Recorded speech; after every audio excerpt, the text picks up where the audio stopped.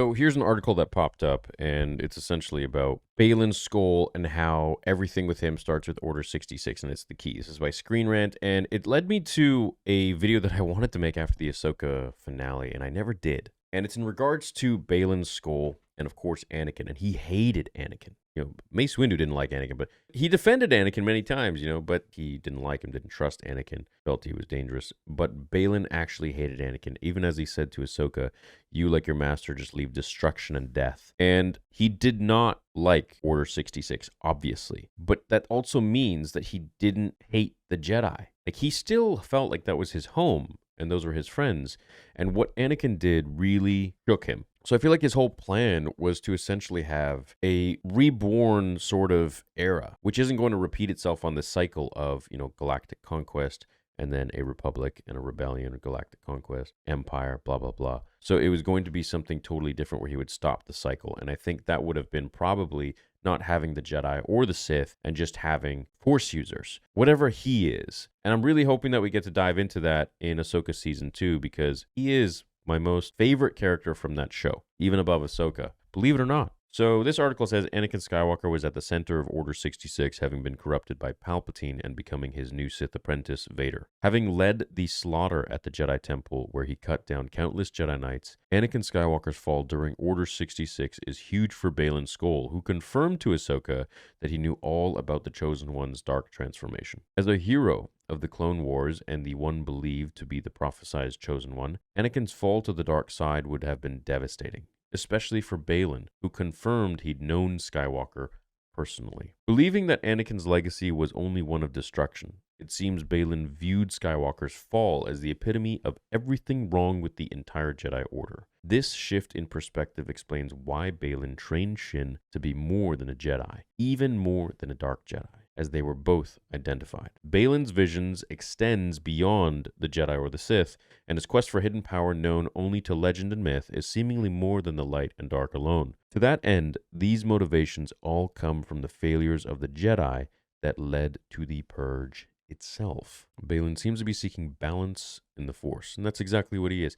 I think he is balance of the Force, right? You look at his lightsaber, it's orange, which is a clear indication of the colors of red and yellow. You look at Mace Windu's and it's red and blue, right? It's the inverse. Mace Windu is in the dark, but he is a Jedi.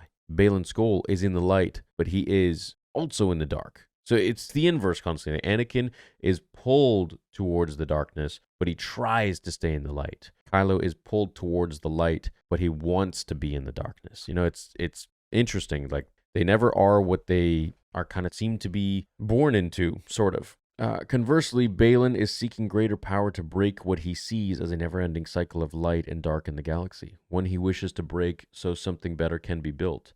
This is what makes Baylan such a compelling Star Wars character. He's seemingly focused on balance with the desire to create for the greater good of the entire galaxy. The Clone Wars and Order 66 opened his eyes that the galaxy needed more than the Jedi, as they were during the prequels. And definitely, I think he wants to go to Peridea because he wants to create perhaps either a new batch of Jedi there, or he wants to speak to whatever's calling him there and perhaps end the entire universe. He could be like Thanos, for all we know. Maybe he wants to set things right and get rid of the Jedi and the Sith and just have Force users. Whatever reason he's there for, I believe it's to create a sort of balance or a massive shift that would stop all of the repeating events that take place in the galaxy that we know. It was the Republic and the Separatists, then it was the Rebellion and the Empire, and then it was the New Republic and the First Order.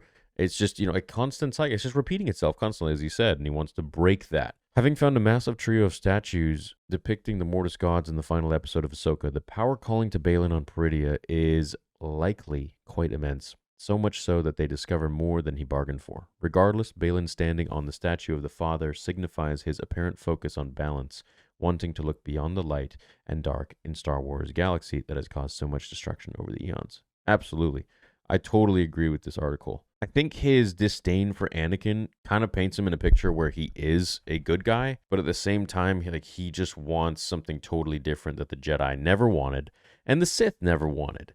So it's like this is an entirely new Force user person with different motives that we have not yet really experienced. However, I would say that he's quite similar to Count Dooku in a sense, because in the novel, Revenge of the Sith, Dooku actually wanted to create some sort of a Sith army of his own. But again, that's Sith, right? So that's what he thought was going to happen when Anakin was going to fight him and they were going to test him and see if he was worthy. And in the end, we all know how that turned out. But personally, I think that Baylan is one of the most interesting characters that we have, and I really hope we get to see more of his story and what he wants going forwards. I just, don't know how we're going to do that without Ray Stevenson.